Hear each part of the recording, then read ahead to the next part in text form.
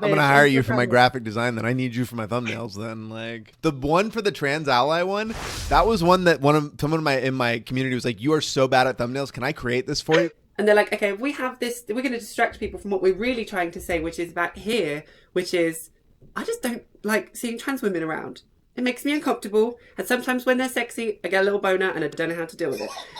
And and so it's like I've stopped having this conversation entirely. How do you practice self-care? What's your go-to, unwind routine? I mean, keep it clean, Alex. do I say how often I masturbate right here? Is that what I say? No. My name's AJ. I make a YouTube channel called Squid Tips. It's nominally about motorcycles, but I also make it about things that are important to me, which are trans issues, queer issues, policing, a lot of stuff. Look, I'm entertaining. Just subscribe to me, watch me. You'll enjoy it. I guess we should talk about like the actual topics. Shall we start with some questions? Whatever. We can go with that. However you want to start this, however you want to do this thing. As you said earlier, I, of course, found your channel through the trans content and then I backdated and learned so much about motorbikes that I never thought I would need to know in my life. I've never ridden one in my life. But, that's how it works. So you talked in the first video about, your ascension, as you described it, to being a bit more of a trans ally, understanding about the LGBTQIA plus community. If you could speak to yourself before that initial ascension, a few years ago, what would your message be in a very kind of simplified way? What would you say to yourself? Is it about trans people or about anything specifically? Or about, your opinion of minorities, what you do and don't know, like. Okay, so don't. Okay, because I was gonna say, because if I could go back 20 years, I would just tell myself to buy Apple stock and just keep buying it and buying it and buying it forever. Oh, okay. That is what I would do to a 20-year-old man. It's in like a dream form. You can't change the course of the world. If you're gonna do that, then like. I can change myself. Okay. Yeah, I'm afraid I don't have that much power. I'm afraid. Okay, valid. I mean, I guess like talking about my childhood, like I was raised by my grandparents. They weren't super wealthy or rich. Like my grandfather was a trucker. My grandmother worked at the post office. So very blue collar, like family. They filed for bankruptcy at a point. Like I definitely remember that, even though I was like 9 and didn't know what the hell was going on.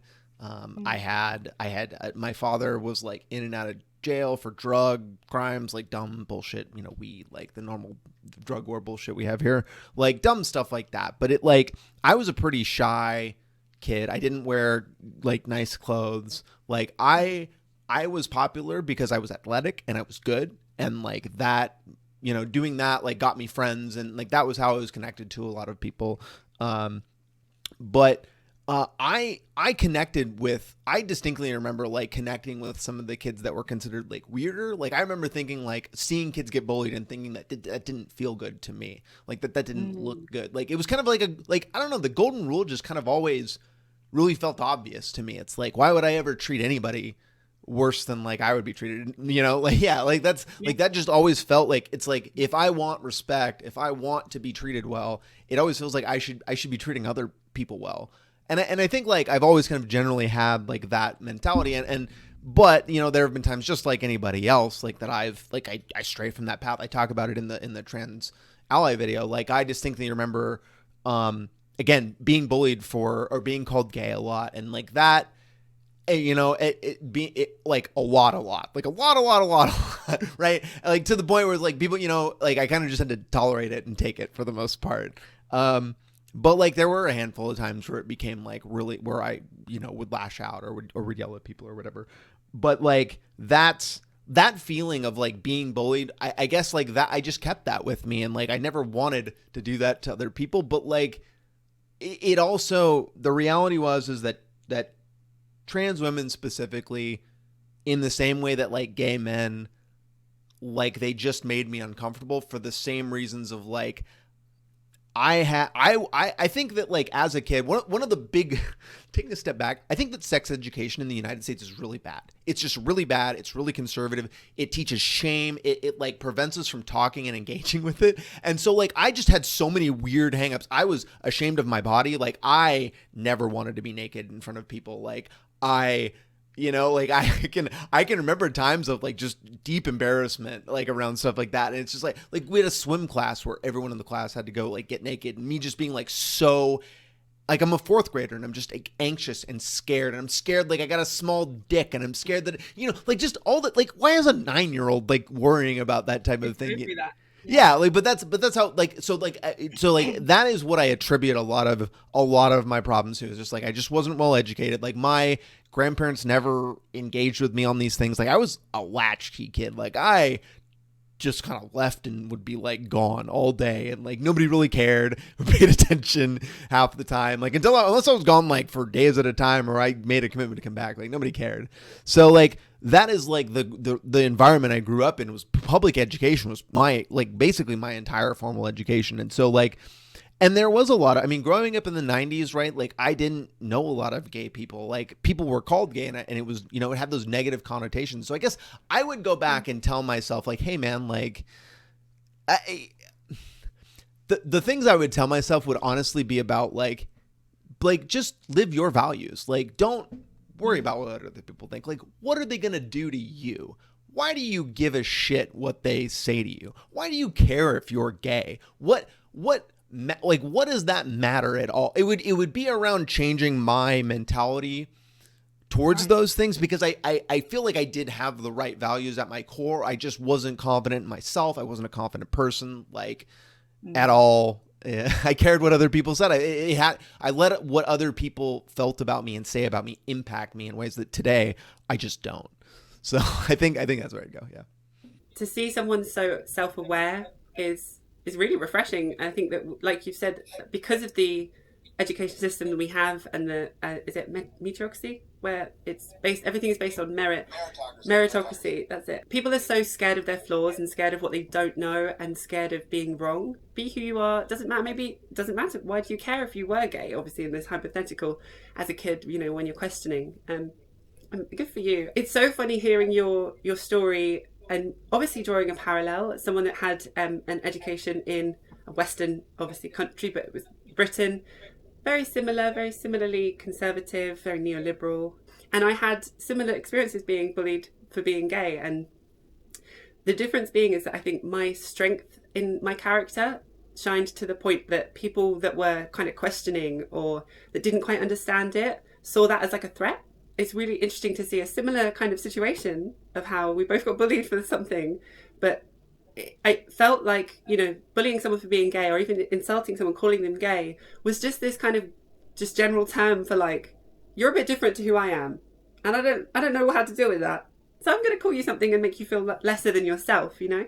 I mean, really, it to me nowadays, like it just feels like there's a word of the day that's like the popular one that kids use, right? Like cuck was super common, cuck, right? And before that, right, like that is just like a thing that, like, I was just listening to Limp Bizkit today, and like there's a song called like Rollin'. There's like a Rollin' song there that I remember as a kid like listening to, and there's a whole part at the very end that I forgot existed where Fred Durst is like, everybody there just get, and he just keeps like saying it over and over. It's like, wow, we just like said that word constantly, like in culture. Well, and like it sounds dumb to me in 2023. It sounds like really ignorant. It sounds stupid. Weird. Like it doesn't even sound interesting or funny. Like it's, anyway, so like, but that's how I see it. It's just like whatever the current thing is, and that's why I use fuck and shit, and like I lean on the default swear words and like just believe in them wholeheartedly. Dog shit, right? Like there is nothing like that is inspecific to immutable characteristics. That is just saying something is. Everyone knows when you say, "Hey, you're a fuckhead." Everyone knows that like what you're saying is like it's a pretty severe thing. You know what I mean? Without being racial or sexual or anything. And that's why I can't get along I can't get along with people who like get tied up on like mad about not being able to say like the F slur and stuff, or the N word. It's just like, bro, like are you that unimaginative that you can't come up with a better fucking insult? Like, are you that fucking lazy? Holy shit. Then maybe you shouldn't be talking. You shouldn't be making jokes if you're that fucking lazy, in my opinion. For sure. Just absolutely, I agree. I think I've never understood the whole censorship of word thing. Like, because especially learning a second language where those words, even the way you insult someone is linguistically completely different. And like you don't just get to rely on a single word that insults them. That's easy. That's like basic. You're basic bitch if you do that. Like language to me is so liquid, and the sounding of a word being an insult is just because we've been trained to see that as such. So yeah, and connecting that to like, you know, being bullied for being gay and stuff like that, like as well, especially growing up, I knew I was different. So it never felt like the words per se were the insult.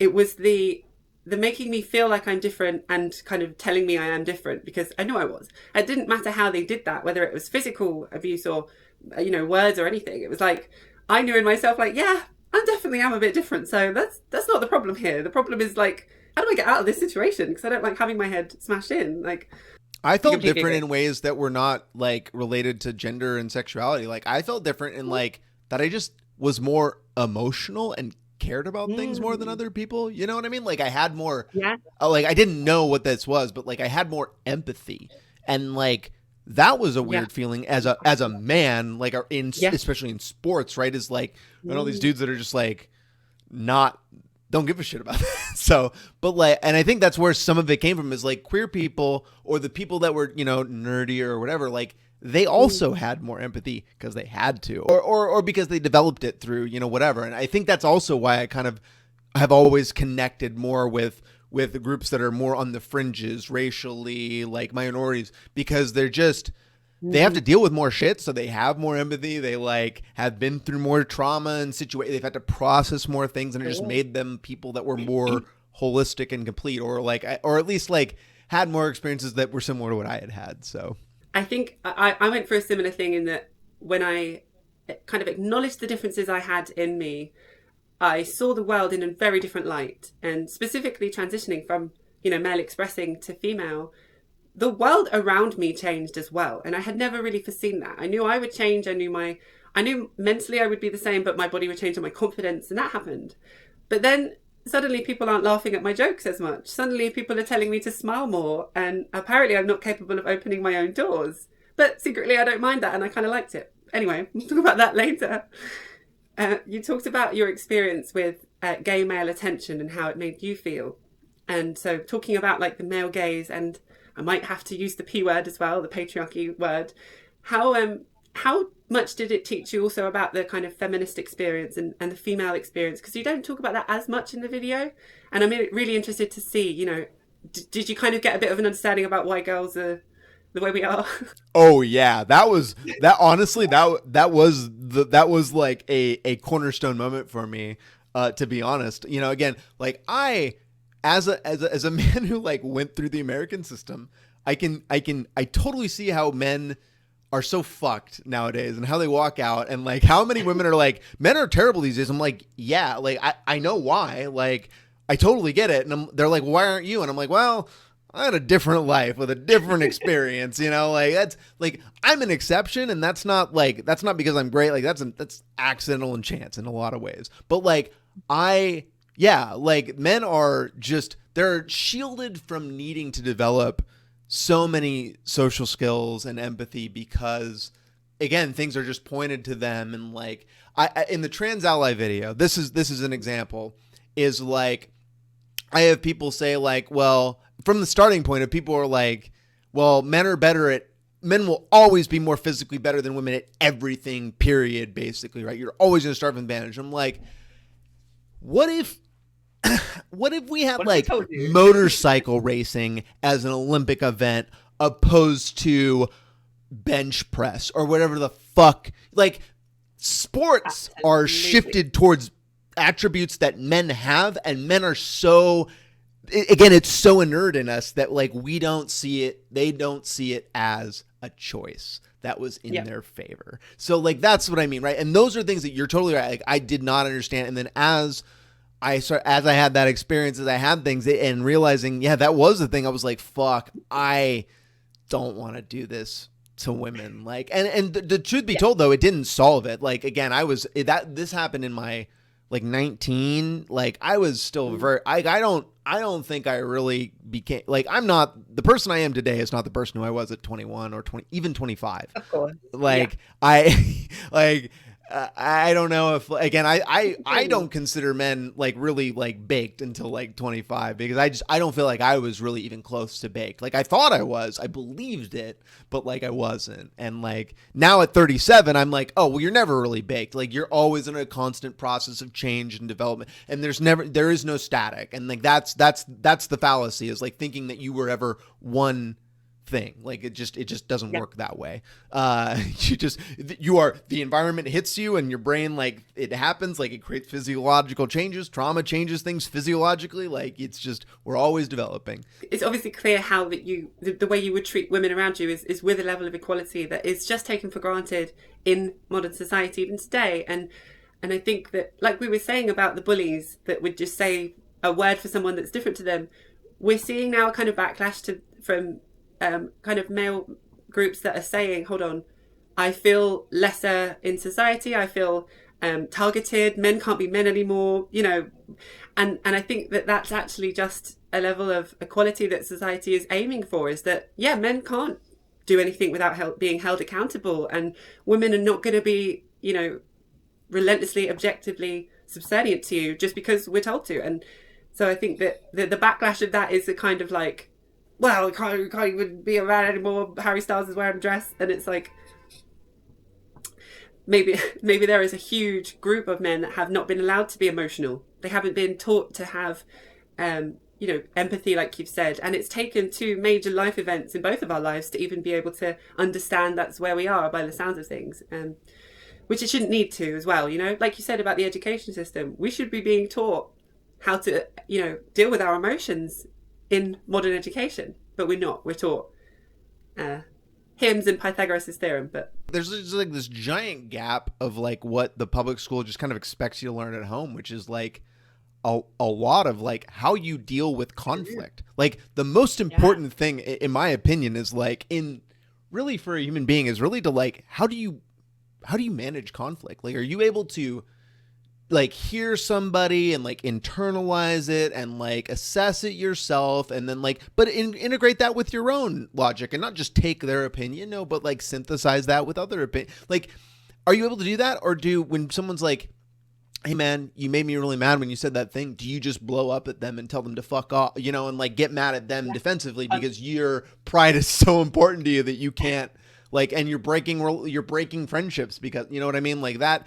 is a thing that I did not learn until I worked retail. Like retail is what taught me to be good interpersonally, like thousands and thousands and thousands of one-to-one interactions where I'm like doing where I'm influencing people, like literally trying to convince them to do specific things. I actually think in a crazy euphorian world, instead of conscription to the military, I think every single person should work a retail job for 2 years after school, and we would live in a happier world. Jokes aside, I think that you see a different range of people at good and bad points of their day. You learn yourself, like, I'm not in a good place today, I'm being stressier to customers, you know, like, I completely agree. I worked a retail job from 16, and my husband worked as a restaurant manager for a long time as well, and so he saw some incredible things. I mean, he's helped customers have a heart attack and put them in an ambulance and sent them on their way at his day job. Yeah, and then he comes home, and then, you know, it's just back to normal. It's like,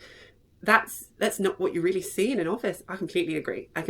And we're not taught those skills. And like you say, conflict's a really interesting one. And maybe that's why, you know, there's so many divorces that we see. There's so many broken homes. Maybe it's because we're not taught. As a person going through divorce, I can tell you that conflict resolution is a really key part of that reason. Hey, not to scope it out to a current event, but, you know, Israel and Palestine, that's a conflict that we haven't really figured out how to resolve in a way that, like, doesn't require violence. So, like, yeah, conflict resolution is really fucking important. We went from your divorce to Palestine well quick, and that was neck breaking. Thank you. That's a squid tip right there. I mean, like, go ahead and Jim. I don't know what that'll do for me. I had someone reach out to me and say, hey, can you talk about Israel Palestine? I'm like, bro, I make motorcycle YouTube videos. Why the fuck do you need my opinion on Israel and Palestine? No. Why do you need me to fuck? Are you fucking? I can't solve any of this, motherfucker. I got shit to do. Like, what do you mean? It's such an interesting comment on like the kind of social media that we have there, because I've seen the same thing, and I've seen a follower, a creator I follow and love, Khadija Mbao, released a video, and said, like, why are we holding celebrities or influencers and stuff to the accountability? They are just people, and they don't have a politics degree and a history of like Palestine and Israel, and they don't have no business saying stuff. Taking back to the trans ally video, one of the ways I ended it before I was talking, I was talking about how to, like, what we should be doing. One of the recommendations I had for people was like, stop watching social media and whatever, like, the anger moment of the day is, and like text a friend that you have, that you care about, and like you just haven't like talked. Like, that is what I have learned. Again, like going through divorce, like going through like hard personal moments for like the first time in like years. Like, I had a lot of stability in my life. I was married for like, I'm still married technically, but like I've been married since like 2015. Like, bought 2 houses together. Like, don't have kids, but like have 4 animals. Like, I've had this significant stability, and now now my life is like suddenly in jumbles, and like it's this realization that, holy shit, like, a lot of my best friends, a lot of my family, like, is not equipped and not aware of how to help me or support me at all, even when like directly asked. And like, I don't even really know necessarily, and like, it's that realization that like, man, we should really just be helping our homies that like are to the left and the right of us. And that's who we should really focus on, not fucking Israel and Palestine. I can't do shit about that. Sorry, man. Like, that's fucked. Like, I can help my buddy that I haven't talked to in a while, though. Be aware of the outside world, but like you say, there's an inside world that we're all being trained under capitalism to not talk to. And my husband and I, we moved to Japan, and we're talking about having kids. And something I'm so aware of is that, like, we're not meant to have children as just us two in society. I'm not meant to be the sole social reproductive, owner of this one child or a family. I'm going to want other people around, and other figures, and older and younger, and siblings and cousins, and it's like capitalism. I mean, obviously we moved, which is separate, but we're not allowed that space, and that's considered weak, and it's considered, a whole bunch of things. But anyway, before we go down the anti-capitalist pipeline, we were talking really well about the trans women in sport, and I had a couple of questions on that. So I wanted to talk about that in general, but really kind of more, like, talking about transphobia in the media a bit more recently, to kind of ease us into that. I mean, I cover a lot of US news, more like, dunking on right-wing pundits, I think is what we call it. Similar to Majority Report, I react to a lot of their stuff. It really does feel looking at it objectively from far away, it feels like this transphobic wave is completely manufactured. It's just completely created out of talking points that are specifically difficult to debate. So where do you stand with everything? Are you watching it? Are you trying to take up space away from it? Like, what's your opinion on just the current climate? My opinion is that, and I don't know if you watched my video. So like, the goal of my video was, after watching again and having discussions with friends, a lot of my friends, so like, you might call me woke, right? You might consider me, I'm going to take a guess and think that you think I'm probably like ultra progressive, ultra left, like all these things, right? Okay. My friend group is none of that. My friend group is people from high school who are like, I mean, like, they're not even, I don't even know they're Democrats. Like, they're like, I don't like, they might have voted for Trump in 2016. Like that level of like, yeah, like these are people that like I've just known for all my fucking life. And so like, I regard, like, we make jokes like on the context of like, we make way edgier, darker jokes together because we all know each other, like, in that, but like, that's who I'm engaging with. So like, having those debates with those people, it's this realization that like, I'm never going to convince them. So here was a conversation they had. Like, let's talk about a simpler thing. I think a simpler thing is like, can trans women go into a fucking women's bathroom? That to me is a very simple fucking question. Is that's there to piss and shit and all that whatever, and like they're fucking stalls. And also, I don't understand why bathrooms are fucking separated at all. We have a bar here recently in Seattle, and I walked in, and it was so at the beginning of it, it was this giant like circular like water thing with like a bunch of different soap dispensers and shit, and a bunch of different like circle, right? And it's giant, it's open, it's very easy, like it's not a big deal. And then you go down, and there's this left and right, there's just full fucking top to bottom stalls. That's it. Yeah. I don't get why that isn't the fucking standard fucking everywhere. I don't get it. I fucking hate urinals. Again, as somebody who has body image issues or just struggles to like, when I get up to a urinal, sometimes I'm just like, fuck. If someone's like next to me, it's just like, I think part of it's also I think it's my ADHD, to be honest. I think my ADHD, like I start focusing on other things. It makes it hard to be like, to get to the point of like making my body like do that like got involuntary action of like taking a piss. Like this is, I'm just realizing this now. I was like, oh, that's probably why. Not relaxing. Yeah. But like that, I'm having that conversation with them about that, and they're at the point where they're like, trans women shouldn't go in there because it makes our wives uncomfortable. And I'm like, well, why is your wife uncomfortable? And they're like, well, what if they get abused? And I'm like, what the fuck are you what are you talking about? Like what is, like, they're presupposing this thing where a trans person is just like already a predator, and again, that's kind of where everything starts, right? That's like the core nugget of everything, right? It's that other part. Even this trans, like, it's the classic like, the man couldn't be good at sports, so they became a woman so they could beat him, right? It's just it's this extremely base thought process around this, and it's totally fucked up and broken. And so the goal of after having like just so many of these conversations with people and realizing like I'm not gonna convince them out of that. I'm not gonna like they're like I can't like. Just because or just the reality of like me saying, hey, I'm sorry your wives are like uncomfortable. I know those people. I don't get that. Like, can they just suck it up? Like, they're not going to get fucking abused. Like, but then then being called like, oh, well, you don't care about women. You're a misogynist. Like, these are like how that goes. So I just tried to reframe the whole fucking thing with the reality of like my understanding of sports, which is that, again, like I came to this like in like writing this. I didn't even realize it at the beginning, but I was like, holy shit, I have this perfect story because I was such a good athlete. I was fucking fast. I'm still fucking fast. I play sports all the time. I'm still like kind of the star of my soccer teams and shit, right? But like it was this realization that like I couldn't compete with it. I got beat by these guys because of a physical attribute that I have always I've always known has been an issue. When I played football, it was a problem. Like everybody said like, hey man, you're a great athlete. You're just a little too short at 5'8". You're just like, if you were just like 2 inches, 3 inches taller, like you would be in the NFL or you would be this or that or whatever, or you would be D1, you know, like, yeah. And like that realization that is really not different from a trans person being like, you know, you just like, women will just never be, because, you know, physical things that like we can't, and it's just like, nah, man, like why are the hurdles 42 inches? Like, why do we need to do these things where like height specifically is such a universally advantageous physical attribute in so many things that we have. And again, that is just taken for granted as fine. That's just taken, like, that is, to me, that's fucking boring. Like, it's holy wild. Shit, the tall people win at everything.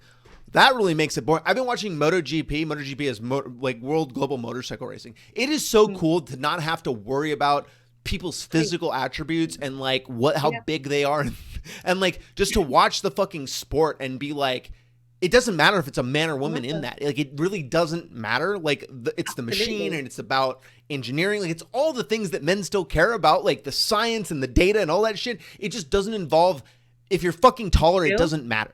I have like 3 things I definitely want to say of all of these.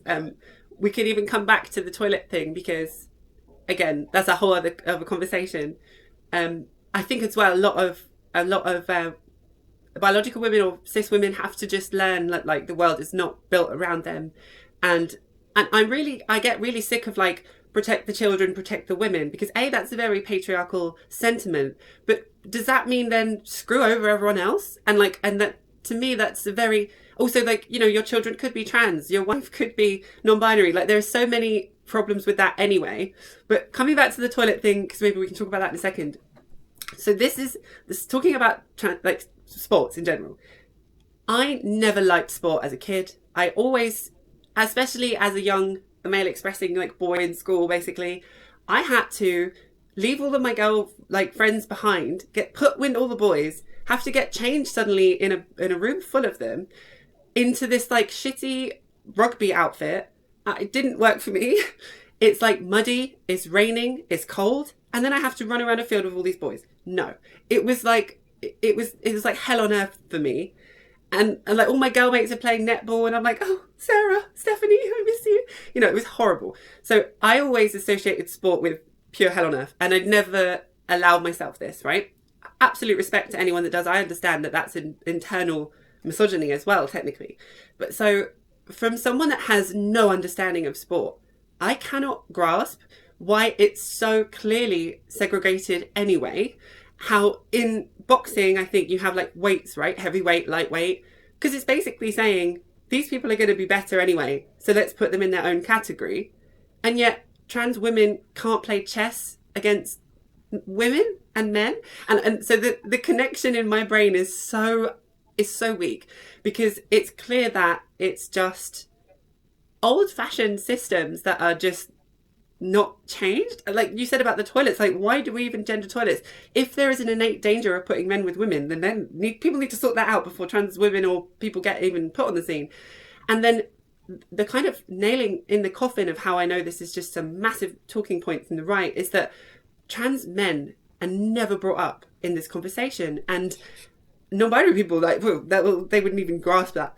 But there's this was it no, not basketball, boxer called Patricio, I think, Manuel or something, or Manuel Patricio, who is a trans male boxer, and he is quite literally smashing it, and he's beating all of his cis counterparts, and no one in the media. He's taking literally a banned substance. Yes, like, he's dosing, or is it? Yeah. And it's like, because that doesn't match their narrative, no one's talking about this. And so I can kind of speak on the sidelines quite literally, because I don't want to get involved myself, but I cannot understand how, like you're saying about height, if trans women have an advantage in chess ever so slightly, because apparently male brains are just more competitive or whatever, the garbage that they're coming out with, how can you let someone 6 foot, 7 foot play basketball against someone 5 foot? And I've never understood that, like, if that isn't capped and no one's talking about that, then there's no way in hell that even if a trans woman does have a biological advantage, that's comparable. But then when you consider that there are, especially in our younger generation, Gen Z, which is lovely to see, you've got trans girls that have been on puberty blockers their whole lives, or before puberty, they're on hormones, they like naturally could be 5 foot, and they're not allowed to play. Literally, people that I can't get it. Anyway, make it make sense. Squid tips. The problem is that it all, and I mentioned this in the video, is that it all boils down to the justification is that, well, we got to figure out who's the best using these set of rules. And the assumption is that those rules are extremely important and set in there. Like the thing you have to just like in a movie, right? Like, are you familiar with the term a MacGuffin, or like the thing you like suspension? You have to suspend disbelief. Like in a movie, there's something. There's going to be a fantasy aspect, right? You're just gonna have to like take it for granted, and like even if it doesn't make sense. Well, that's the thing in sports, is we have to like take for granted a bunch of shit that like doesn't actually make sense the more you think about it. Like why do the rules need to be exactly this and never ever fucking change as society changes, or as like if we want to make the game more competitive? There are literally unlimited. Video games is the perfect example of ways that you can build different difficulties, different advantages, handicaps. Like you could create in soccer. I play recreational soccer. When a team goes down 3 goals, there's an extra player allowed from the other team to go on. Like, we can do that in the pros. Like, that isn't a thing you can like, but all of that is considered to just be like, whoa. Like and that also goes back to just a general conservatism of people. Like, people are generally do not want things to change. Have you ever read a book called Thinking Fast and Slow? No. No, but I've heard of it. Okay. So the book Thinking I think I Fast and heard of Flow, it. it talks about the different ways that our brain processes information. And there's a very quick, heuristic, intuitive way that we think about things. Again, a lot of the facts and things that we kind of Yeah. come up with, the talking that I'm doing now, like this is all just intuition. Like I'm very practiced at it. None of this Yeah. requires deep cognitive thought. But the moment you ask me a question where I'm like, fuck, I got to think about it, you see the processing because we're digging into a different part of my brain that's deeper, that requires energy. And that's the thing that requires people to think about new rules and ways. Like that is not a thing people want to, like, this is literally how I think of it, is just like almost like basic biology and shit that we just don't, it's so normalized that we just don't really think about it. Is like, and that's why I don't even really blame people. Like, I get it, but like, come on, like and that's why I'm very focused on trying to be as persuasive as possible and explain things in a way where it's like, hey, here's a clear contradiction. Like, I don't know how to make it any more clear than that. And if you can't square that hole, and people that come to me about the hurdles, they're like, blah, blah, blah. Like, it's not like, that's not like, that's a bad analogy. And I'm like, why are the men's hurdles 42 inches? Just tell me that. And there is no answer, because that is not a thing that is like debated. That is just a thing that is taken as read. Yeah, exactly. Absolutely. And I've seen so many in like video essays and in reaction stuff. I see so many talking points that I feel like people that the conservatives that are trying to change, take away rights from trans people, they're so constantly taking their conversation and are putting it further in front of them as a kind of fake conversation over here. And they're like, okay, if we have this, we're going to distract people from what we're really trying to say, which is back here, which is, I just don't like seeing trans women around. It makes me uncomfortable. And sometimes when they're sexy, I get a little boner and I don't know how to deal with it. And and so it's like I've stopped having this conversation entirely. I'm not going to debate whether trans women should be in sport. A, I don't care. B, I will fight for anyone to be anywhere they want to be. Equality, if they have an advantage, then we're going to see trans women breaking some records. Deal with it. Get mad. Die angry. I'm not going to have that conversation because they don't want to. And they're not willing to say, if the conversation opened up with, okay, we're seeing trans women break a lot of records, how can we facilitate them in a way that makes it fair for everyone? That is a different conversation. That is a conversation I would have. I'd be a part of. But they're not trying to. And a really interesting thing is talking about, going back to the women in toilets. Again, trans men aren't brought up here. And the amount of really masculine, big burly, flannel shirt wearing, bearded men that would have to suddenly go into the toilets, who would you choose? Am I going to make your wife more uncomfortable? Or is, the guy in Taylor Swift's music video who is like the biggest, sexiest man out there, like, is he going to make your wife uncomfortable? And so they don't really want that conversation. They want to hide what they're really trying to say. So I try to skip all that rubbish. And I just have the conversation and I say, oh, so you have a problem with trans women? And they're like, well, no, I just think it's unfair. It's like, well, so that means you have a problem with trans women. Let's dissect that. This is a safe space. This is fair. I'm not going to jump down your throat. But why is that a problem? Do you have the same problem with trans men? And I find that that's actually more helpful because, especially in comments and stuff, you wouldn't be surprised to know I get the odd hate comment. I know. It's crazy. It's a crazy world out there. Trans person on the internet? Yeah, I know. Fake comment? Apparently, some people have a problem with it. I don't know. But I think that just cutting the crap, as it were, and just jumping to the point and being like, plot twist. Does it affect you in any way? If it does, generally tell me why. I'd love to know. And I find that it does get through a bit more. They're never having this in good faith because the reality is they know. It's not an upfront thing, but everybody making these arguments, the reason that they're making things that don't make sense is because they know that by default they win, right? Because the rules are already X and everything is designed. Our governments, like every program is designed to bureaucratically resist fucking change. And they know they don't have to do that, which is also why I stop having the standard conversations that are fucking pointless. What I do is I've been just divesting from sports that I just like don't like anymore, that don't fit my values. I stopped watching. I fucking loved watching football. I loved watching the Super Bowl. I do still watch the Super Bowl. That's the only football game I watch. I eat Mission tortillas because Mission sponsors Moto America now, and I love Moto America. Like that's how I, as a capitalist person who just exists in capitalism, that is the thing that I feel like I have direct control over, that I can actually do something. Debating these motherfuckers on the internet that are never going to listen, who don't give a fuck, like that is so worthless and not worth my time. So you can tell the ones that are there to discuss something and maybe like teach me, and then you can tell the ones that I have no intention. But hey, the engagement boosts my video, so I'm happy with that. I wanted to double check the name of the sport that the wonderful woman in the Trans Women in Sport video that you did. What was the sport called? I keep calling it lacrosse. Pickleball. Pickleball. That's it. I got a whole section on it. That was my favorite section. I loved thought it. That was really funny. I loved it. It was almost too catchy.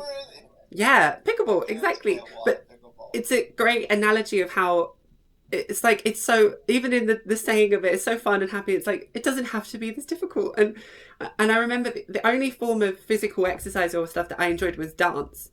Because it was innately for me a female expression. It was easy to copy the kind of female artists on the screen.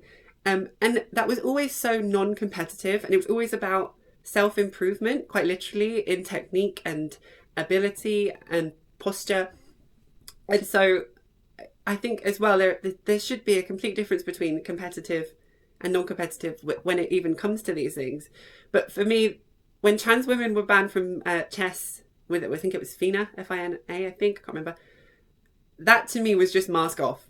That to me was, okay, they're not really cared. They're not really bothered about the safety or equality for a sport that's entirely mental.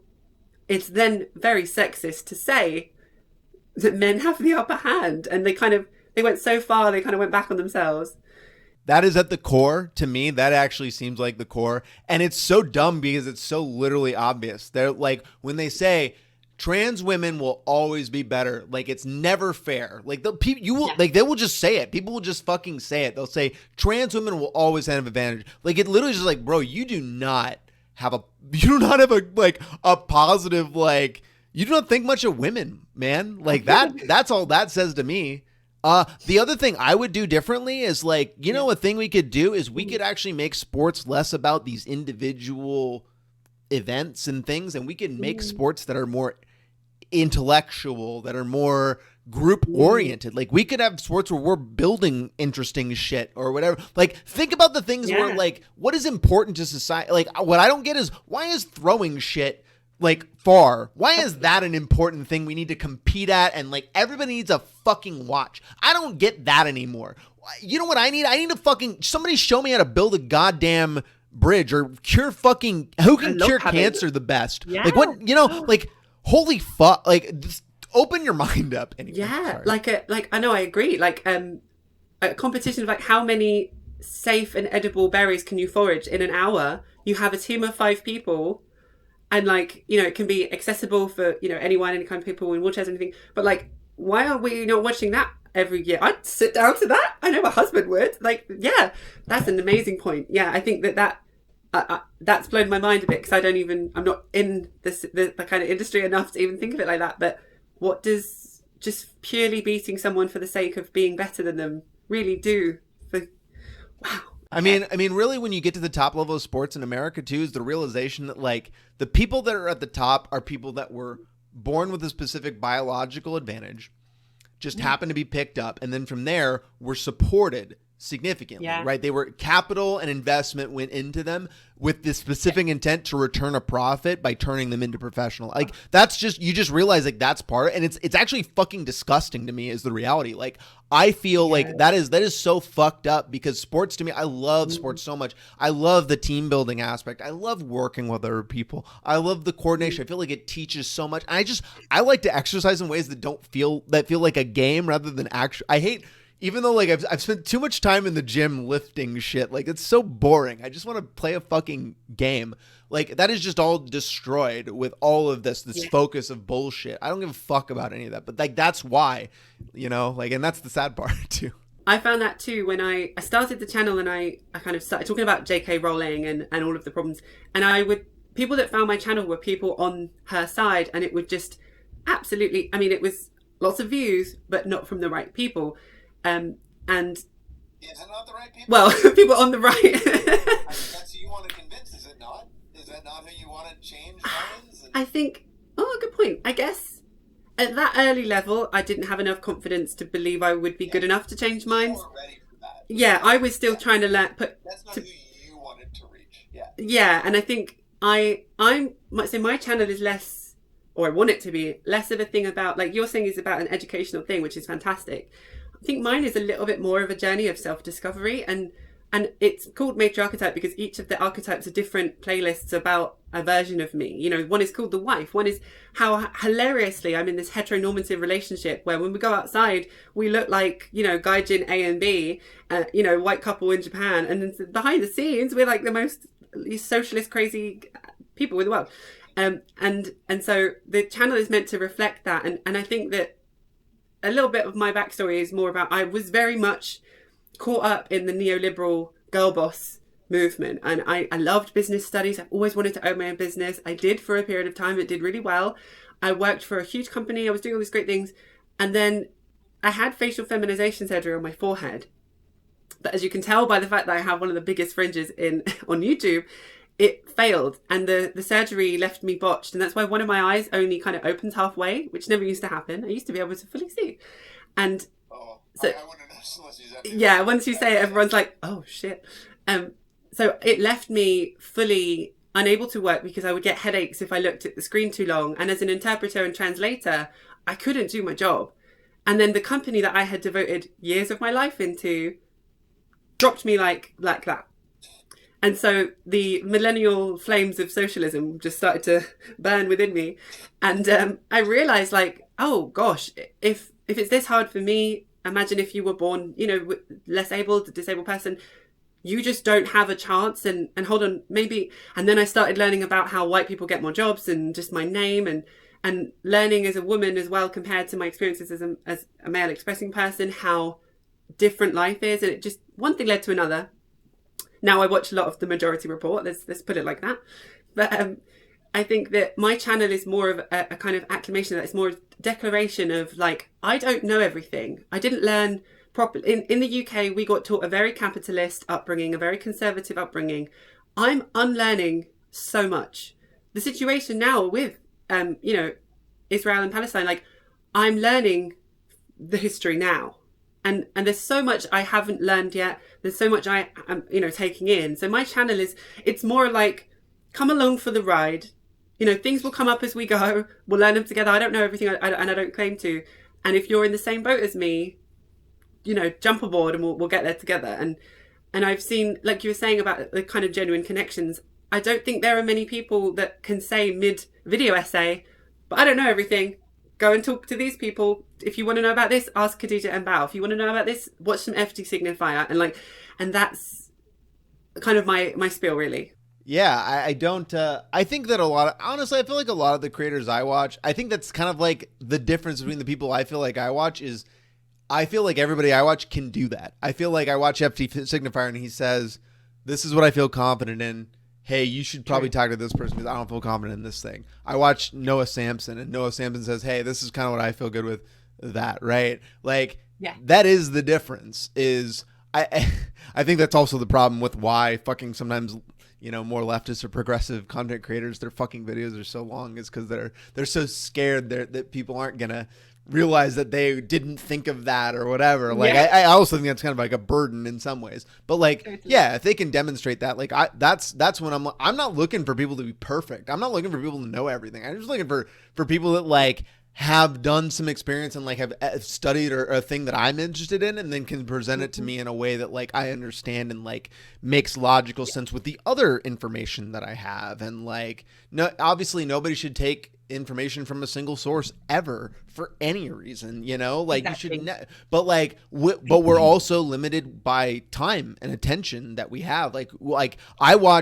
listen to David Pakman because he's just like pretty no nonsense and like generally, but I don't listen to him all the time. And like I also I have podcasts that are news. I listen to Pod Save America. I also listen to Chapo Trap House, you know, like I like Chapo Trap. I don't know if you know does Chapo Trap House say anything to you? Do you know anything about that? No, I've never heard of it. You should listen to Chapo Trap House. So Chapo Trap, one Pod Save America. You know what that is, right? Pod Save America?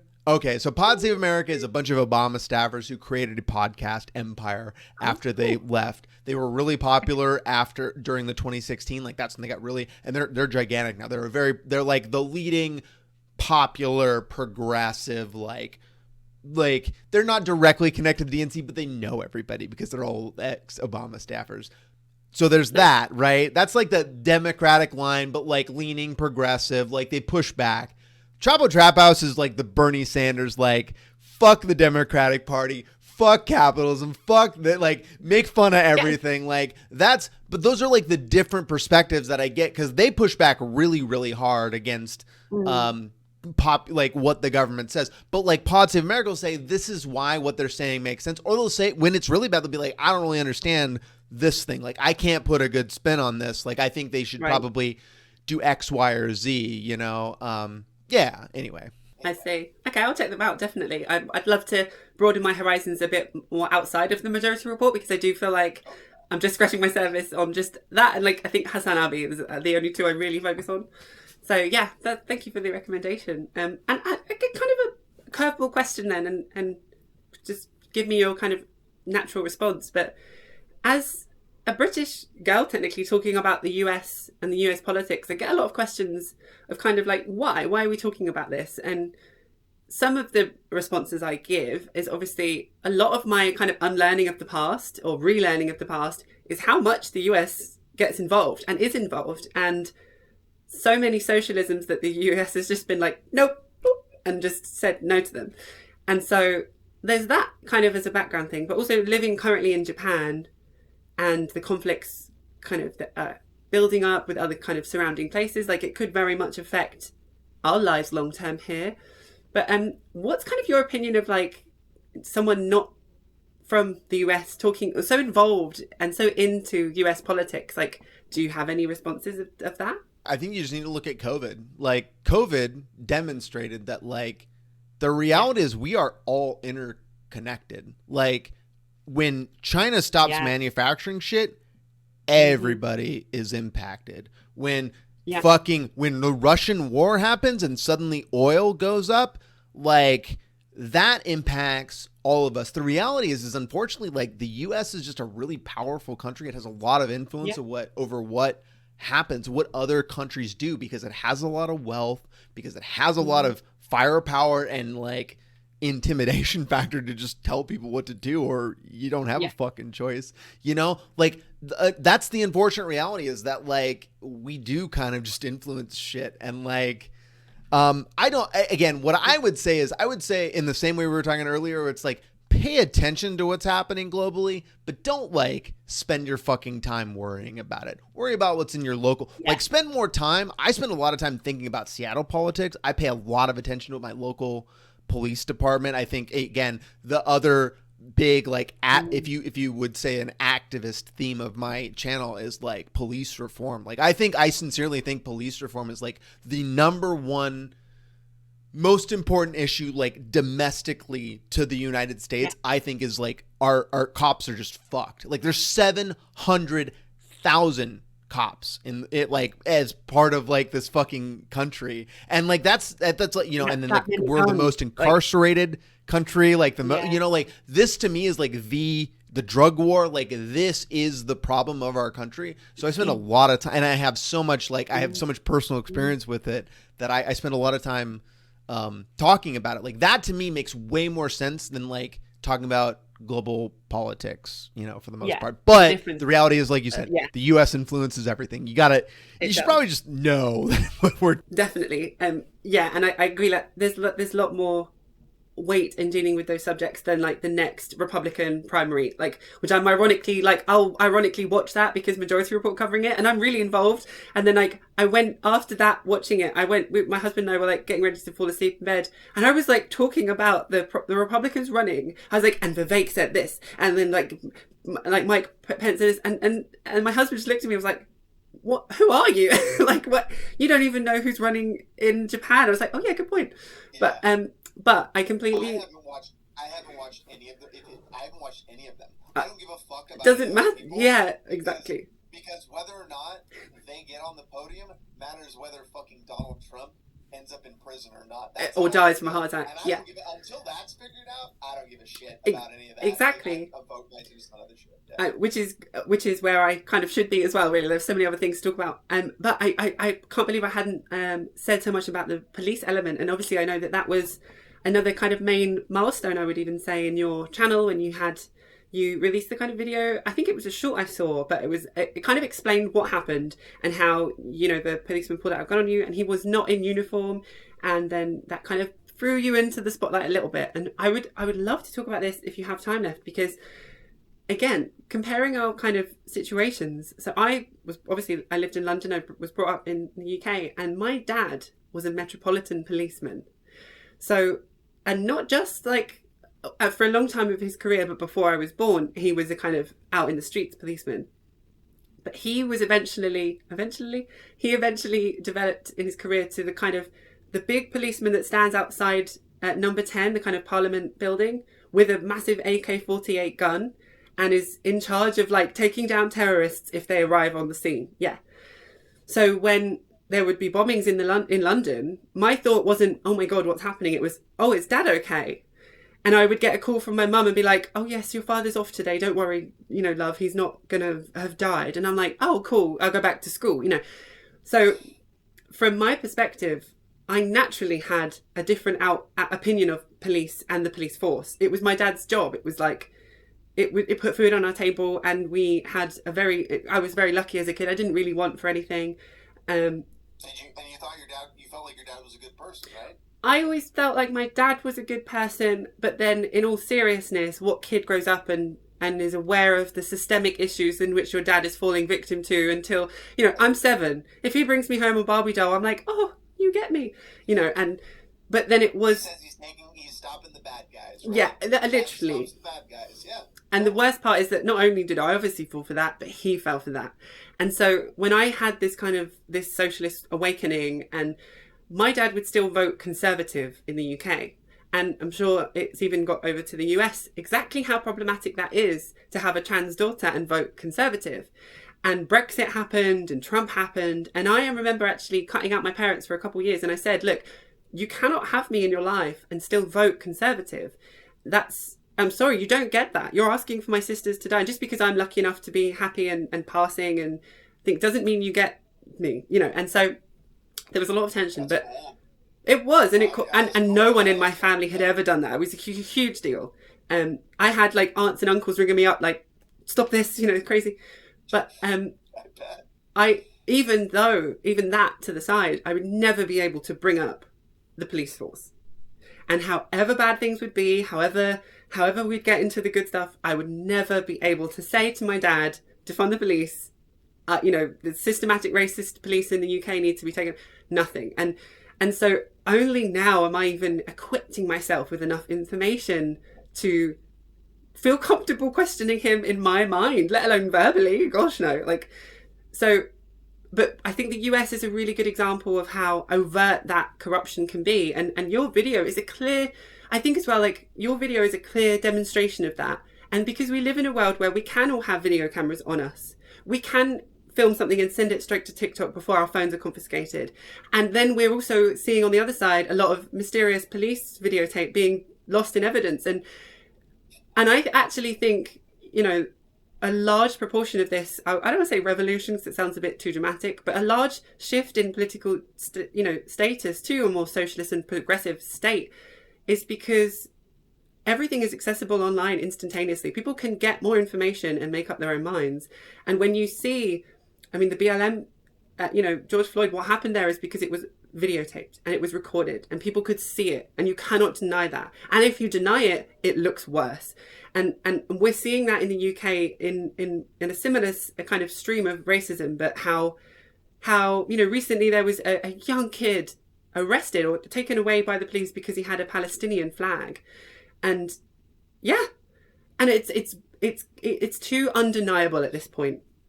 So I'd love to talk about your experience in that. Sorry, I held the floor for too long, but because that context, though, I think I'm still learning so much, and I think that's what kind of links back to what I was saying. So I'd love to, even if it's repeating some of the video, talk to me about where you are now with everything, how it made you feel having a gun pulled out on you by a police officer. I mean, there's so much to unpack, and forgive me if it's overlapping, but by all means, take the floor. Let me start by saying that European, like the London police and American policing started from a very different place. And you've probably heard this, right? American policing started from slave patrols. That's true in some places. It's also, some American policing just kind of started eventually out of like town watches and shit too, though. Not necessarily policing, slave patrolling, but that was definitely a big part of it.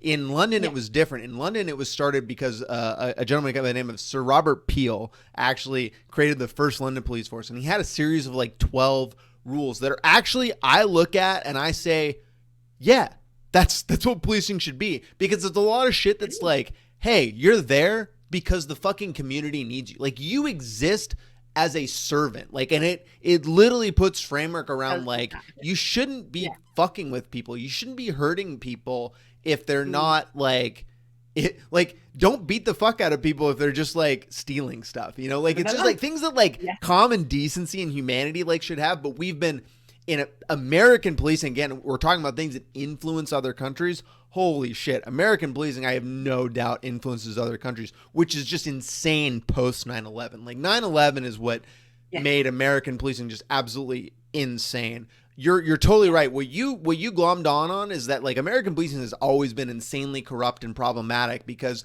they always have, like, when you can shoot people and kill people and be like, yeah, he came at me. Like, you can just put a knife on him and be like, yeah, he came at me with a knife, and nobody's going to ask questions. In the 1970s, you think anybody gave a fuck? You think anybody, like, there was no data or like that didn't exist. Like, they were just like, oh, Charlie, you saying that guy came at you? Cool. Sounds good to me. Like, let's just fucking wrap this shit up, you know? Like, that's how it existed. It's so crazy. Like, I read the autobiography of Malcolm X, which I would really encourage people. That's one of my biggest, like, if you want to be a leftist, if you want to talk about like what like it means to be intersectional and like all, like, I really recommend people read Malcolm X's biography. Anyway, but like, he went through the carceral system, and it's just so inhumane. Like, he's talking about like being in places where there's no, he's again 1940s, 1950s, just like no heating, being given like food occasionally maybe, but like cockroach, like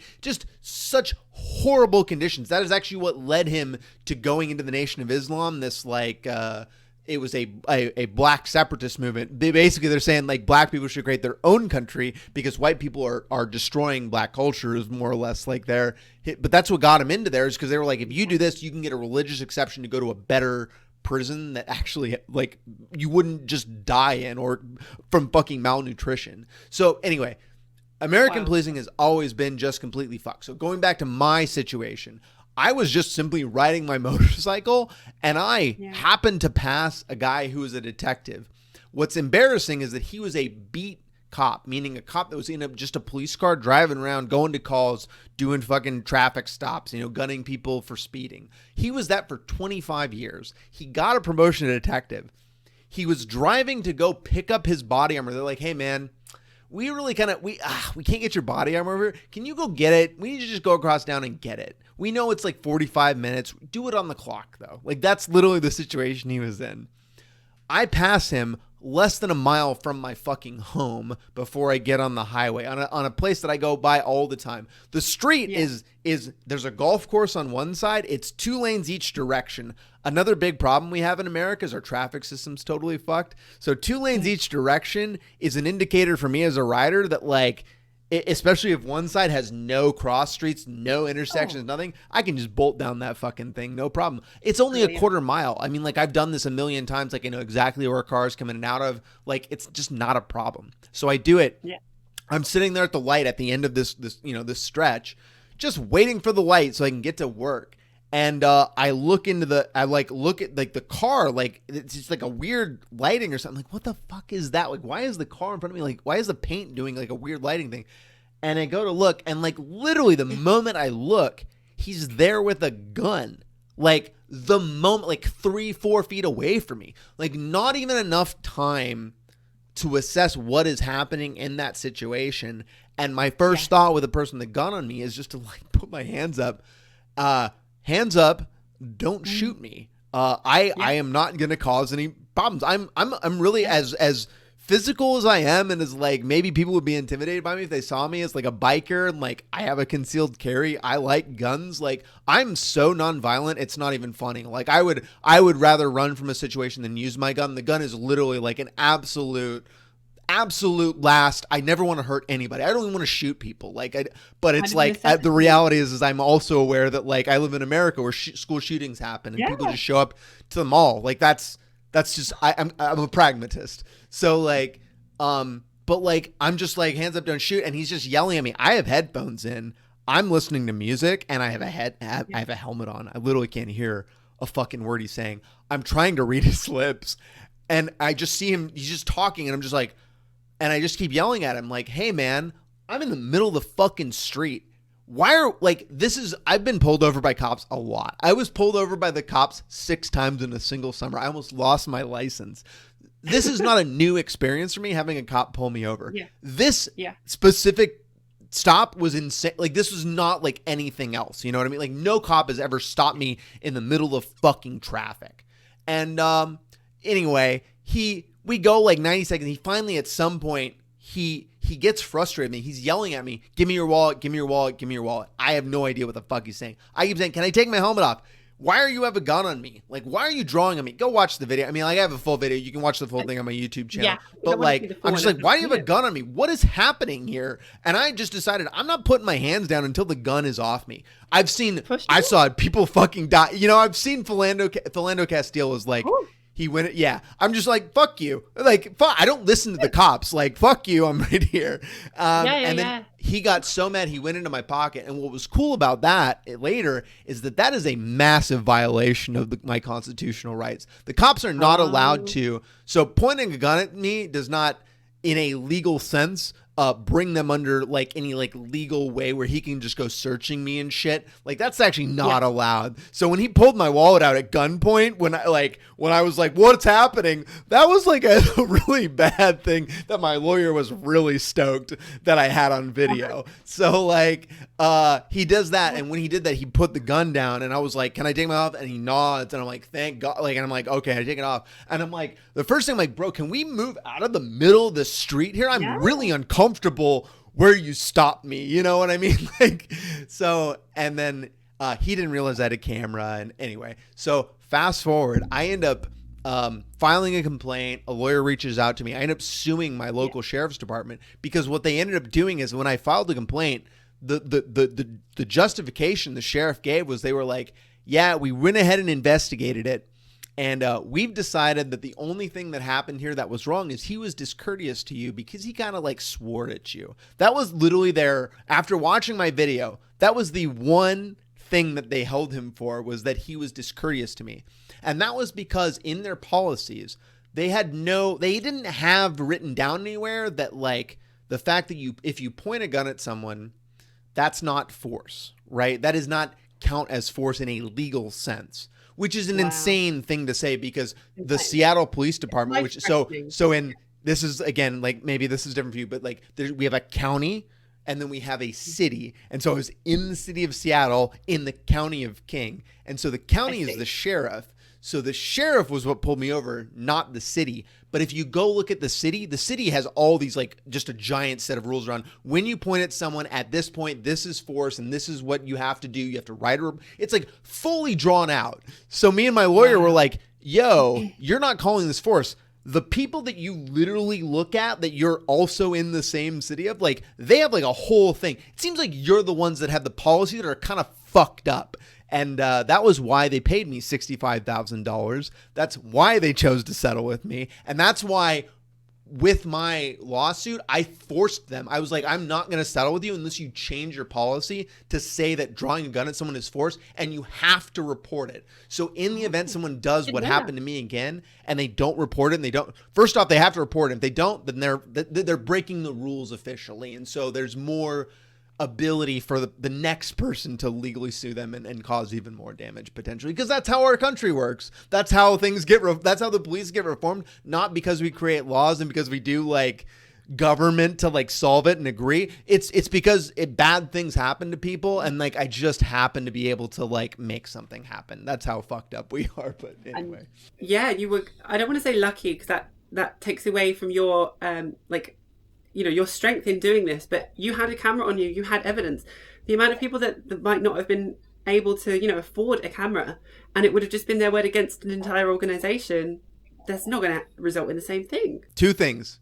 Yes, if I didn't have the camera, I never would have gotten it. Never would have gotten accountability, because the police are always assumed to be telling the truth and like the arbiters of fact. The word is the law. Literally. Yeah, by default, even without evidence, like that. Like no, again, going back to things people do not question. That is just by the default. So that's the first thing.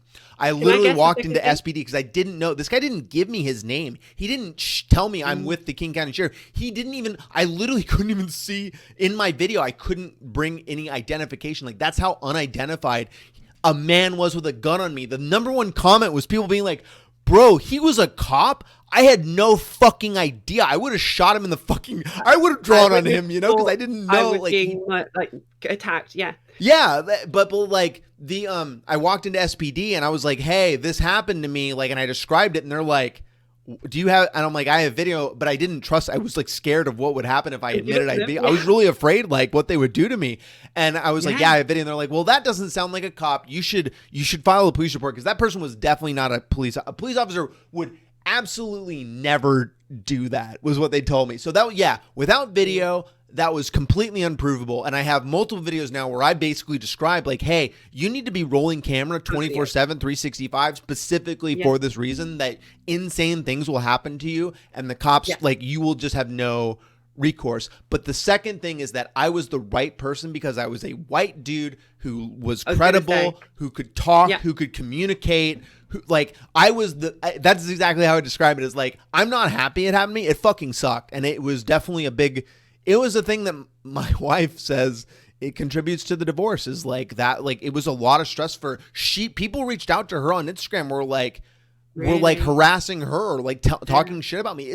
She can't watch the video. It's extremely traumatic for her to watch like, I can't watch it. I don't feel anything anymore. I've watched it a million fucking times. She's like, you lived it.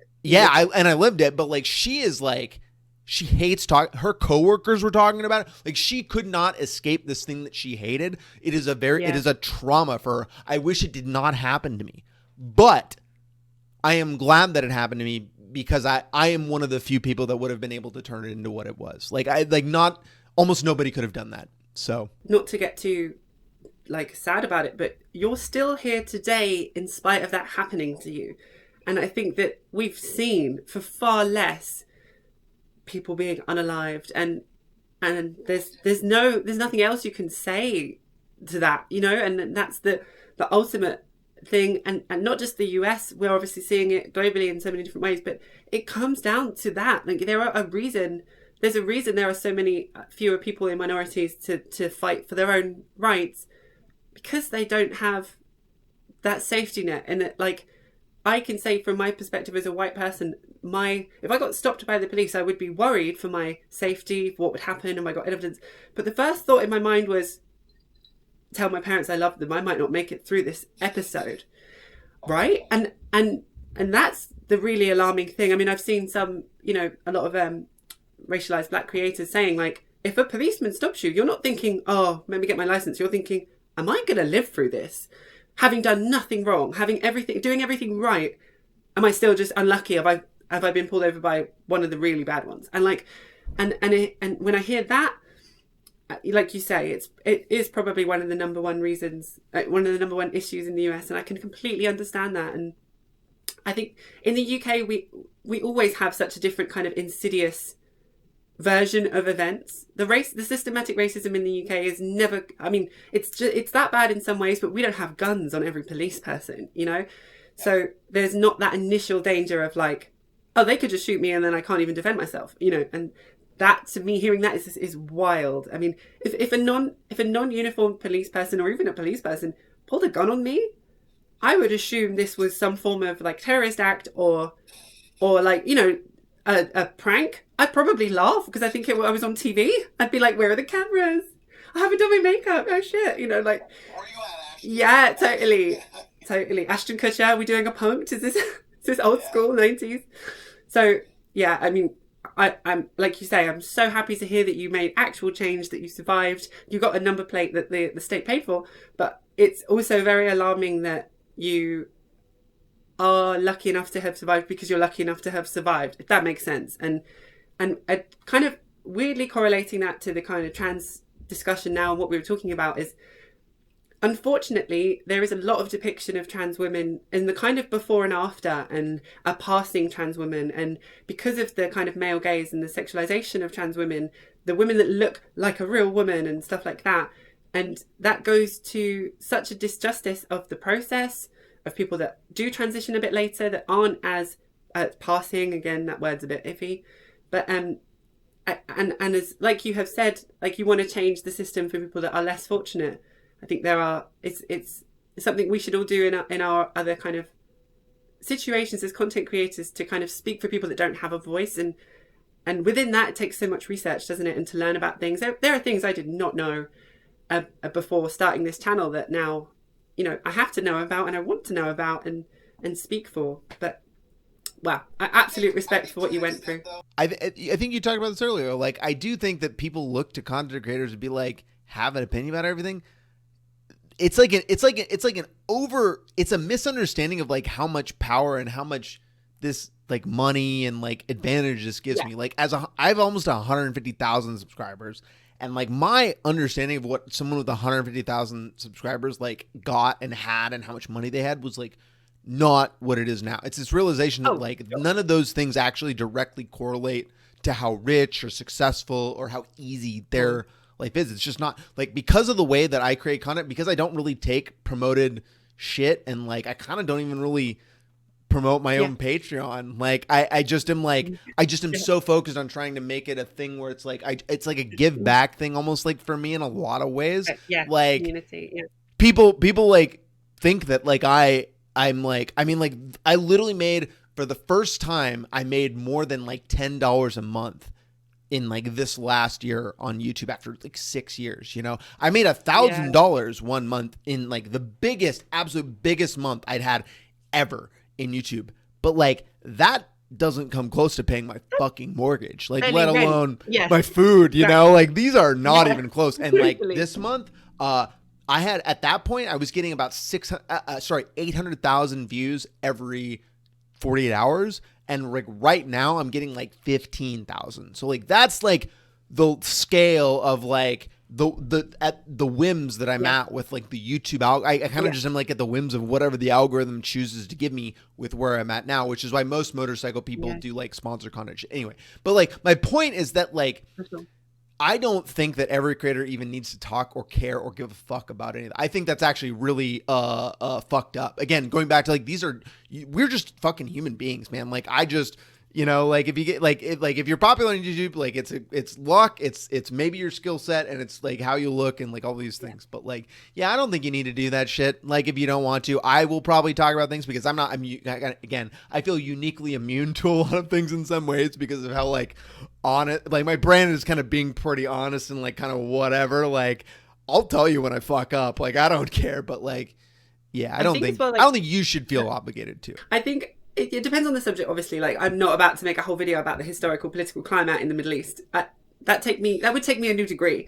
But like, obviously, within my section of things, like it's like the bare minimum for me to understand about neo-pronouns, you know, and that kind of thing. If you want to, you should. For sure. I guess that, I'm saying this with the undertone of I want to, but like in a way, and this is the highest form of compliment, but because you express as a cis white male ally, you have like already got like super bonus points for what you're doing for us, because honestly, and you said similar in some of your content, just this freeze frame of you now with the diversity trans flag, pride flag behind you, and your, you know, how you express your appearance, it does more than I ever will be able to for trans rights alone. Because of course, as a trans woman, I'm going to advocate for trans rights. Like, most people have switched off in the first 10 seconds of my video, but you do more for the communities that you're not a part of. And there are times when, like, I've had Soul Bunny. She's a small creator on my channel. Maybe you've heard of her, but she's a really young Black trans woman, and she goes through an entirely different thing than I do on YouTube. You know, she's been doxxed by quite a well-known channel, which is terrible. She's like looking to move. It's been horrible. And I will always have more space for her on my channel than than me. You know, like if she wanted to come onto a live stream and I cancelled everything and I just let her talk, because it's the least I can do for clearly a disparity in fairness, just innately, systematically, you know. And so like you were saying about the fact that you being a white person in that interaction with the policeman is probably a reason why you had such a good outcome. It's like, we have to be aware of these things, you know. But I get your point. We don't also have to be aware. I think the difference for me is being aware of everything and commenting on everything. And I think that's the jump. Like, I might learn a lot about a lot of different things, but I'm not about to comment on it. It's not, I don't know enough. I don't have enough confidence, and it's not my place. It's the Spider-Man rule. With great power comes great responsibility. You, as a trans woman with 2,000 subscribers, do not have great power.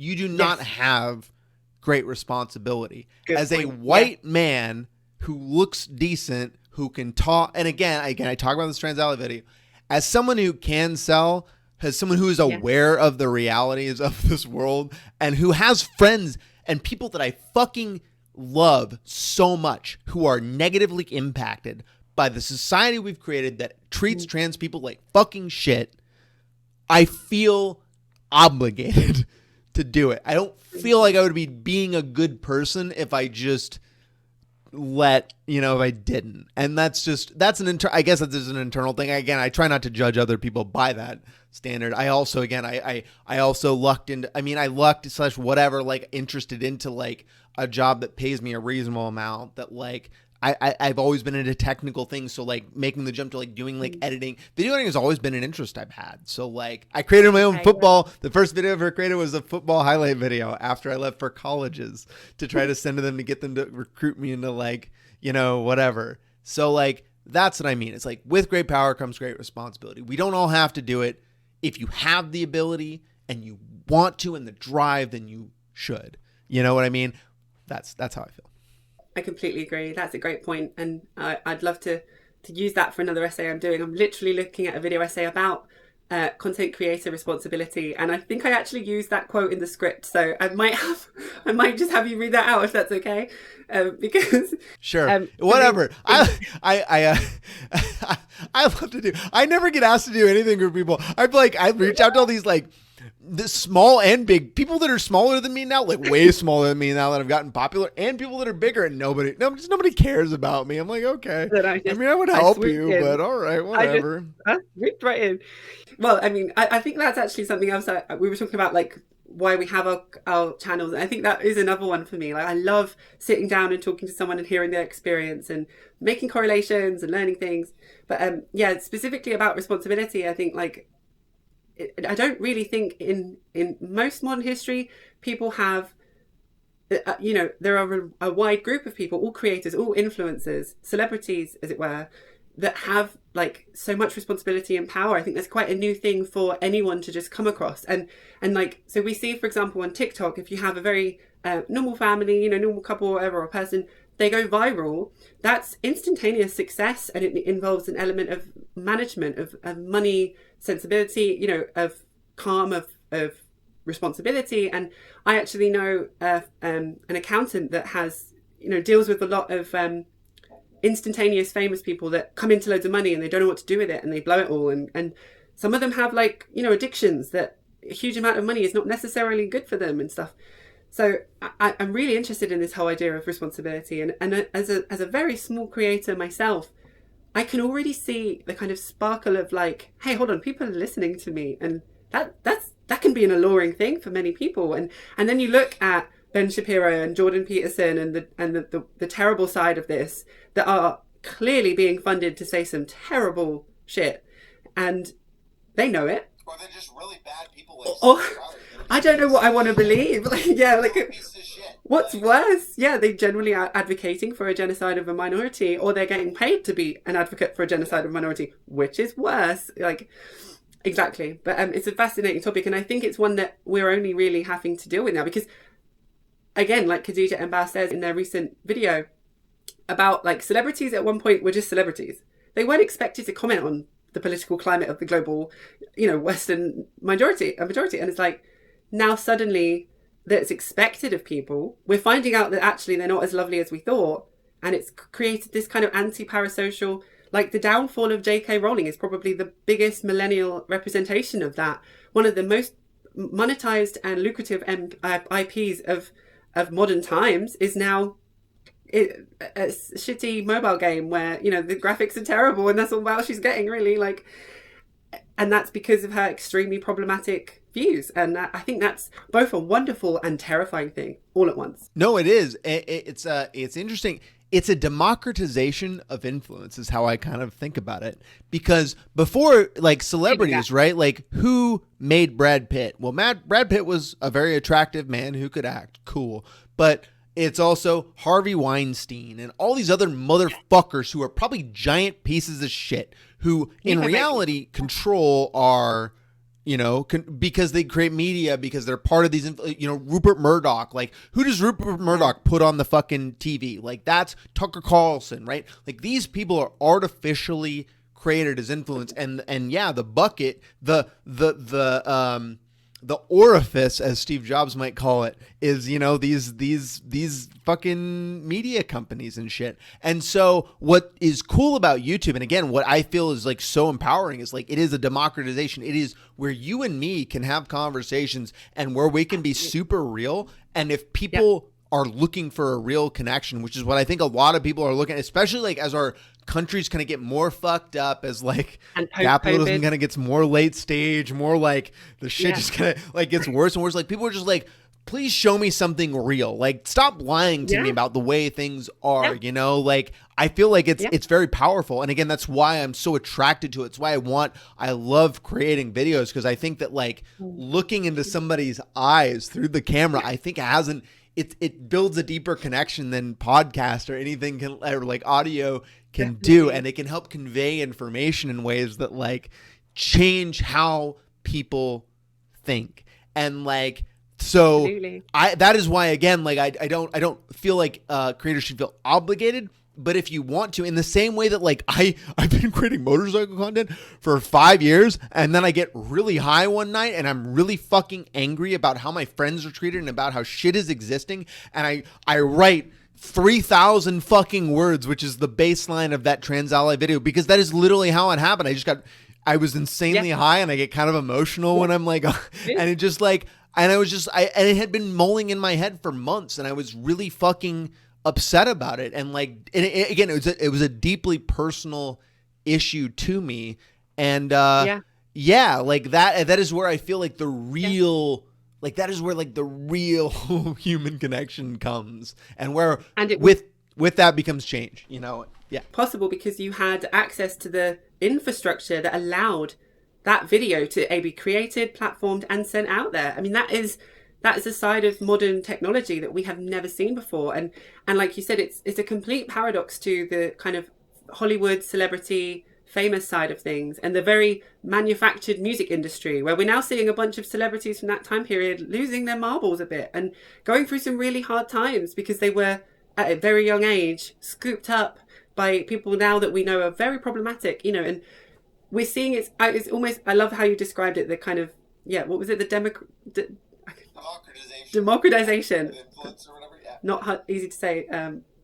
Democratization. Yes, it's almost like I do think that about YouTube and social media. It's obviously a very capitalist fueled system, but we can of course turn the steering wheel and suddenly now everyone has a voice. And like you say, it's safety, it's cameras on motorcyclists, it's evidence in courtrooms. It's having a million people watch a video I made saying that I fucking don't give a shit about the American flag, and like seeing what conversation that creates, and seeing people be like, yes, no, and like getting and like getting into these like real central issues of like, why do we care about this nationalistic symbol?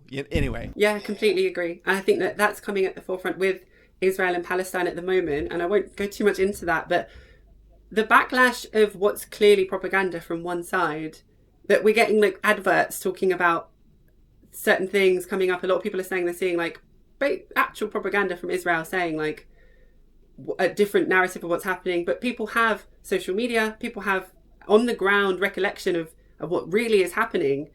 And I don't think that the kind of old fashioned systems are capable of dealing with that change. So it's kind of an opportunity for, like you say, activism and people to kind of say, look, actually, this is my experience. And actually, it's different to the main narrative. And like you've said, for the trans community, and like you said about the police system, you know, like it is having an effect. And it's such a sad time to be alive, but I think there is also a huge potential and opportunity there. But then I get very optimistic. It's really funny to just talk about my husband and I. We have such a different opinion of how like capitalism is going to go. He's the most pessimistic. He's like doom scrolling about climate change. He's like, we're all going to die. This is terrible. Like, I don't even want to have kids because they're not going to live.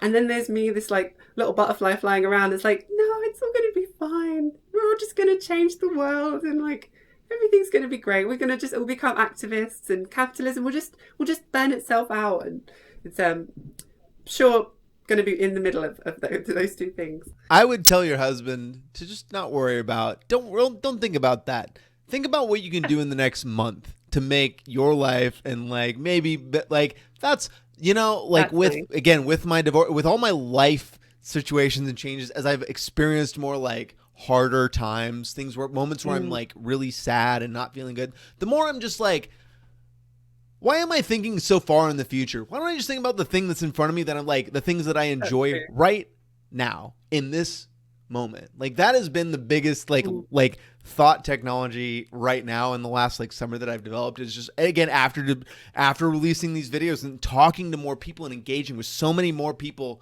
so many more trans and queer people that who are describing their experiences and are like Sarah, you know, who are going back to like the trans athlete one, where Sarah describes this like very difficult reality of her like knowing she was different and totally different in a way that nobody around her could like connect to, and like just realizing like, oh my God, there are so many of these people out there, and so many people having these same experience. Like all of that has just been like, oh, well, what I should think about is like, I should really just focus on the people immediately around me for the next week, month, 6 months, or whatever. I may die in the next 6 months. You know, memento mori. Like we all fucking die. We don't know when it happens. Why am I focused on 5 years from now when like I may never fucking get there? Why don't I focus on right now and being happy and helping the people that are right in front of me?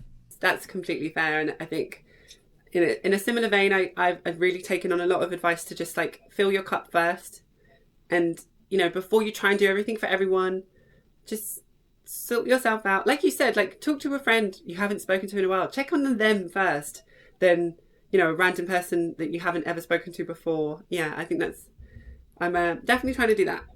Are you taking care of yourself is a really important question. And that's a lot of the most, and that's also the sad thing. Like all these people I've met who have been, again, many queer people and like people that are in these communities, is like, they're so empathetic and caring. Like they are so willing to like take their shirts off for other people, but they are so hesitant to either ask for help or to like prioritize themselves or over other people, which is like, you got, you know, the airplane, there's a reason they say you got to put your mask on before you put your kids on. Like you just, so this is something people don't realize that if you're capable of helping people, you are actually already above a lot of people in reality. So you need to, we really need you to take care of yourself first, because if you can do that, then you will actually help more people. Absolutely. And that's something I remember asking a lot in the interviews I've done previously to kind of bounce off that. And even on my Discord server, one of the chats is self-care, to get people to talk about this. So how do you practice self-care? What's your go-to, unwind routine? I mean, keep it clean, guys. Keep it clean, Alex. Do I say how often I masturbate right here? Is that what I say? No. Look, I think a sex life is important to have, you know, whatever that is for you. Anyway, my self-care routine is, I exercise a lot. I enjoy physical exercise. I walk my dogs every day, like 2 miles, like minimum. Like I love walking. I love getting outside and just like looking around and seeing things and just like existing in nature. Honestly, I find that to be really, I also worked from home for 3 years during COVID, like, cause I have a tech job, and like now I don't, I have to go to an office, but like, I hate going to the office. It really inconveniences me, but it does connect me to the outside world in a way where like sitting in my house and kind of just like talking to people in Discord, as much as I enjoy that, it like doesn't do that. I find that variety, again, is the spice of life. Like the more variety I personally experience, the more I enjoy. But that is, I'm also somebody who's like ADHD, and like I find the randomness like to be enjoyable, and the surprise and the spontaneity.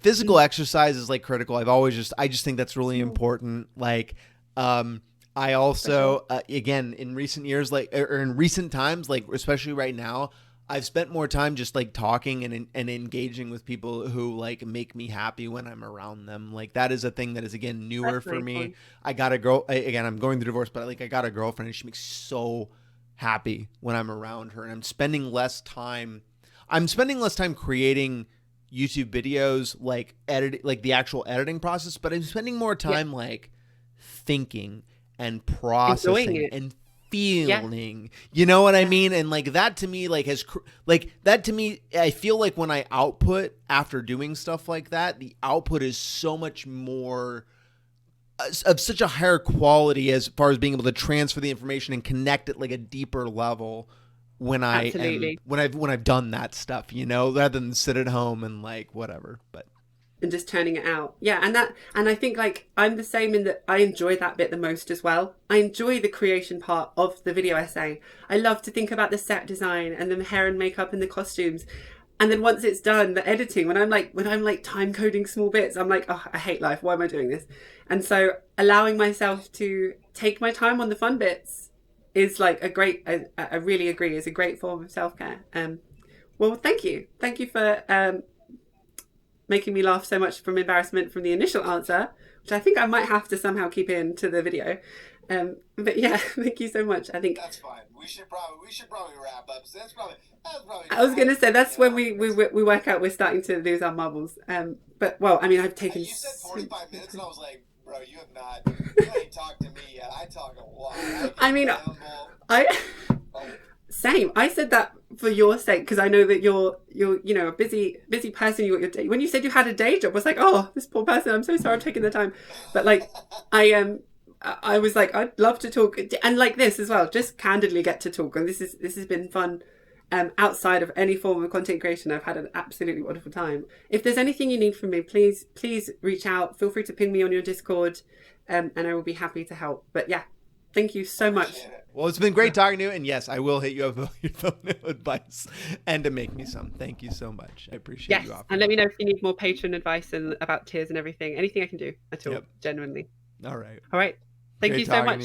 Goodbye. So for 100,000 subscribers, when I got this thing right here, which I dropped, you can hilariously. I literally have I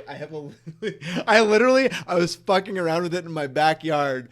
And I was like, I put it on, and it like fell off. I have it on video and everything. I was just like, wow. like 5 minutes after I opened it. Anyway, but for my, YouTube subscriber to make like the thank you, whatever, like what I made was like, hey, because I got this, I feel like I've got a little cred to be like, hey, here's my advice on what I think is good on YouTube. So I made a video that was like a best practice on YouTube Shorts, and as part of it, it like kind of does the advice as part of it. So I thought it was pretty. I was pretty clever, but.